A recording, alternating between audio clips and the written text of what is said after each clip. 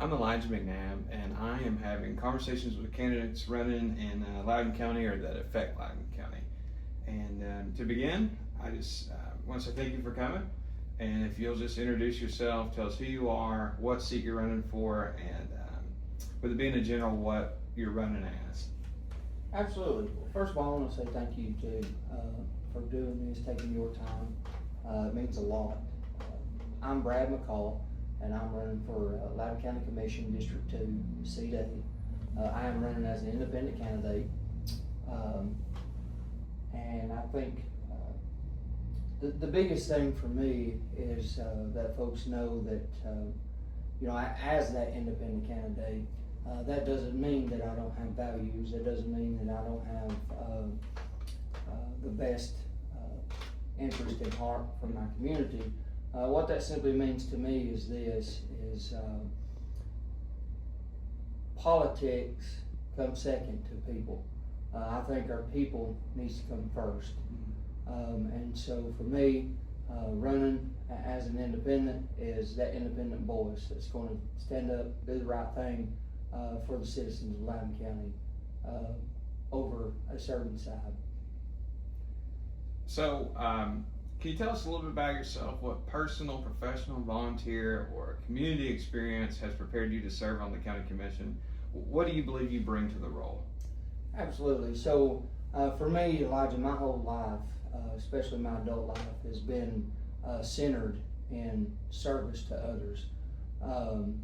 From very early on, in the church, since the age of 19, I've been a pastor.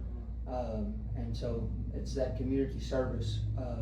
Since 2018, I've worked for the Loudoun County Sheriff's Office, in which I love. And for me, running for a public office is just another avenue of service.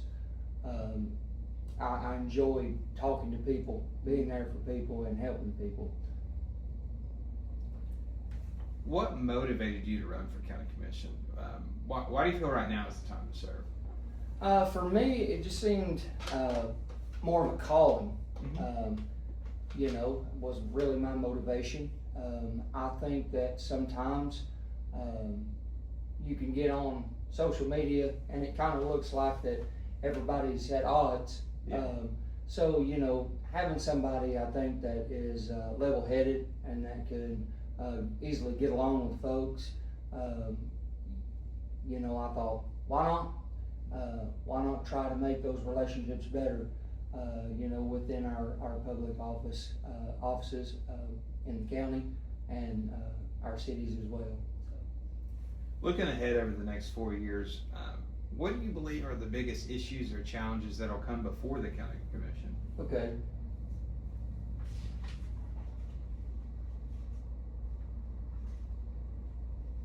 So I don't want to mess this up, so I wrote a couple things down here to your questions, and I thank you for providing those. I think the biggest challenge is balancing growth with quality of life in Loudoun County. We continue to face those issues involving infrastructure, with traffic, our school, public safety. And so to focus on those things, I think, is imperative. Growth should be planned. It shouldn't be reactive. It's going to happen. It's not a matter of if people are going to move into Loudoun County. They have and they are. And I think that growth is not a bad thing. It shouldn't be something that we try to work to stop. But at the same time, our needs of our infrastructure have to be able to support those things too. So that's definitely a challenge. Right. Local government is often less about politics and more about policy. What do you believe your top priorities, if elected, whether it's schools, roads, infrastructure, public safety, economic development, budgeting, or another issue? Which one do you think is the biggest? Do you mean like one over the That rest? or some top ones? Okay. For me, some top priorities would be fiscal responsibility and transparency. In that, when I think of money and spending, I look at my individual household himself, you know, and think of how would I feel, you know. I'm the kind of person, I want to know where my money's going, and I think it's important to share that with the taxpayers as well, that they can see their money at work, you know. We live in a time where, you know, people want to know why, and that's not a bad thing. It's okay to tell people why. Right. You know, it's okay to tell people why we're doing what we're doing, or why we've made the decisions that we made, and you know, they expect that too. So we shouldn't scowl away from that. I think we should embrace that and be wide open and honest about everything. Infrastructure before a large-scale development, you know, we have to make sure that our roads, that our schools, that law enforcement, you know, response times, things like that have to be taken into account. Can we, just because an idea, you know, to build something big and fancy sounds good, don't mean that's the right thing, you know. Doesn't mean it's a definite no. It might be something that needs to be done down the road, you know, when we can adequately support that. Big for me, you know, supporting our law enforcement, our fire, EMS, and all of our emergency services, top to bottom, you know, because those are what supports our people in the time of need and in the time of crisis. Responsible growth that protects our communities. And strong partnerships with our schools, with our local leaders, and open communication with our citizens. You know, be out front. You know, as for me, I'm not trying to be a politician. Mm-hmm. I'm trying to be a servant. Right. And you know, one thing that I can promise is that the citizens of Loudoun County, and especially the citizens of District 2, mm-hmm. They'll see me. They'll see me out in the community. They'll see me at community events, supporting my community and them, and being available for them. You know, if someone called, I'm going to speak with them. If they want to meet, I'm going to meet with them. And I think that's important. If you're going to represent somebody, you got to be willing to show up. I spoke about, you know, pastoring. If I never was there, I wouldn't be much of a pastor, you know, and they wouldn't keep me very long. So you've got to be willing to go when the call comes, when the request is made. You know, I would say the biggest thing of all is I want what everybody else wants. I want the government to be accountable and responsive to the people it serves, you know. Well, you didn't really run against an incumbent because I believe the current commissioner decided not to run again, right? That's correct. So, you know, politics, it gets negative and all this stuff. But how would you describe the current state of Loudoun County, and what do you believe the county's doing well? I think, you know, as far as some of the zoning restrictions and things like that, I really do think that a lot of our current county commissioners, they're trying, mm-hmm. and they have the best interest, you know, of the citizens. I really believe that. It is hard, especially when you got, you know, Loudoun County made up of not only just county officials, but municipalities as well. A lot of people don't understand, you know, in the county budget, it's very different than the city budget, because the city has other avenues of revenue that comes in that the county don't, you know. So I think with the challenges that they faced, with some of the public opinion that they faced, all in all, I think they're doing the best that they can, you know. And it's easy for us to Monday morning quarterback, if you will, someone else's opinion, but until we're standing there making that decision with them, you know, it's really hard to say. But I think, you know, moving forward, there will be some challenges, but I think there's ways that through collaborating with each other, mm-hmm. Instead of, you know, we're people, and that's the first thing that we've got to realize first, you know, and sometimes we as people, we like things our way, and when it ain't our way, well, then we don't want to play well. But what we have to understand is, at the end of the day, it's not about me, and it's not about what I think or want. It's about what the citizens of Loudoun County that voted for you and put you there for. And I think that the majority of our current elected officials, I think they understand that, and I think that they're doing the best they can. You know, and here's the thing: you have to go with the majority. You know, and it's gonna sometimes you're not gonna make a decision that's gonna make everybody happy. Yeah. You know, but like I said, that community collaboration, that trying to come together and make the best plan that's going to benefit everybody. I think that's what they've done, and I think that's all you can do. So growth, and you touched on this, growth continues to be one of the biggest topics in Loudoun County. Mm-hmm. Do you believe the county's current zoning and land use policies are sufficient, or do you think some changes should be considered? Well,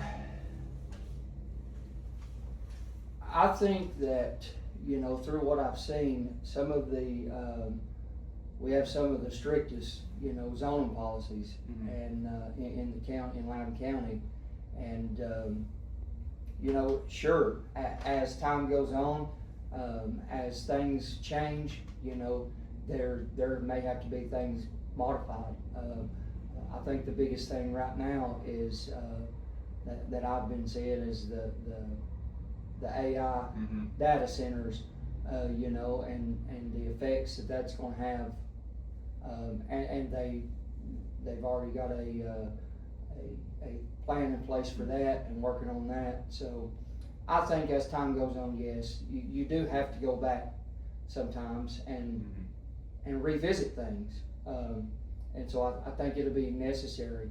You know, with the amount of housing that has come to Loudoun Mm-hmm. County, I think that one thing that would help Loudoun County the most is start looking at some jobs, Mm-hmm. some businesses, some, you know, manufacturers. You've got some empty buildings throughout Lenore City.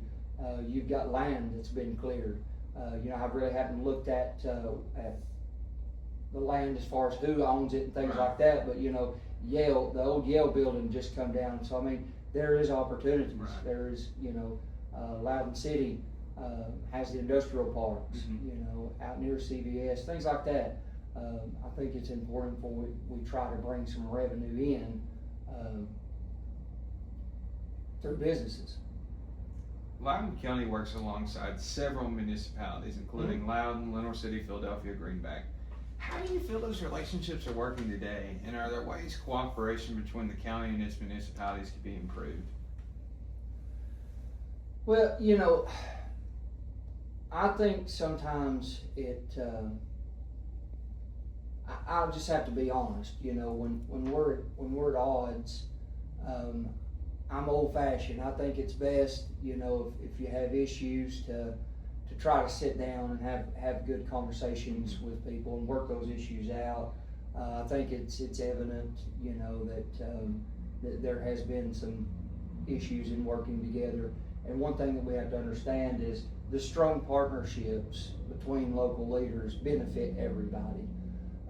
You know, like I said, I may have a way of doing something, but you may have a way, and when we sit down and collaborate, you know, and I see that, hey man, that's really a good idea. You know, how can we work together to do that? We shouldn't be afraid of that. You know, the county and the both cities, they share a lot of the same challenges. You know, infrastructure, emergency services, economic development, things, and you know, what we have to understand is we're on the same team. Mm-hmm. You know, it's not about Loudoun City versus Loudoun County, Lenore City versus Loudoun, who can do the best and who can win. We're all the same family, Mm-hmm. you know, and so I think that if we can, it starts at the top. you know, and if we can, from the top, work together with our local leaders, we're only going to make a stronger Loudoun County. Right. We'll be stronger when we stand shoulder to shoulder. So to continue that theme of partnership and community, with the way you run an independent, how do you believe your political party affiliation or partisan politics should influence day-to-day governance? Do you believe you can effectively represent and serve all residents of your district, regardless of their political ideology or political affiliation? Because District 2 covers Lenore City, you know, Mm-hmm. and there is some split affiliations within that. Sure. Absolutely. It is 100% doable. Like I said, I'm running as an independent, and you know, I thought, do I get into this or do I not? But I'm 100% transparent kind of person. You know, I'm an open book. Mm-hmm. If there's anything that anybody wants to know about me, I'll tell them. But I didn't choose to run as an independent at first. I picked up a Republican ballot. I had been in contact with the local chair to find out what I needed to do to ensure that I was a bona fide Republican. Mm-hmm. One thing that's important to note, Elijah, is my family. I grew up in a dysfunctional home. So my family wasn't really big into politics. You know, they didn't teach this. My dad was a criminal for most of his life. He didn't vote, and it wasn't the most important thing in my household. So for me, growing up, from my adulthood to now, everything that I know has been self-taught through speaking to people that I trust that are in local politics, you know, Christian friends, things like that. So I didn't know and understand the difference in your local elections as far as the primaries versus general elections, things like that. And I would venture to say most people probably don't. Right. So I went to a meeting, and it was laid out in that meeting what would be required. And it was made known in that meeting that you could file a waiver, you know, explain your situation for having missing some of the primary votes, and then ultimately it would be up to the Tennessee GOP if they allowed you to be bona fide or not. Seeing that I'm the person that I am, and you know, when opposition comes, if I've got my heart set to it, it doesn't matter if you tell me no, I can't do it. That's just going to make me fight that much harder. So, you know, based off hearing what the representatives stated in that meeting, I understood it as if you're not bona fide, you know, those waivers are typically not granted unless it meets an exigent circumstance.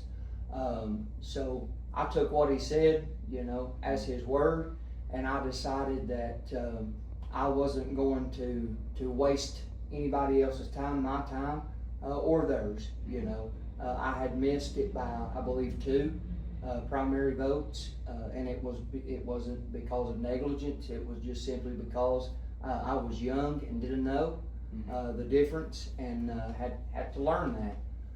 So what I decided to do was still stay in the fight. I didn't want to turn in a request for, you know, a waiver, and then at the last minute get told, no, your waiver's not granted, and then I would be out of the race. So what I decided to do, in speaking with Mr. Hornback, he was like, hey, you know, you can always run as an independent. He was very helpful. He was honest with how, you know, the rules were. And so I did. I retracted the Republican ballot, and I went and filed an independent ballot and decided to stay in. And then shortly thereafter,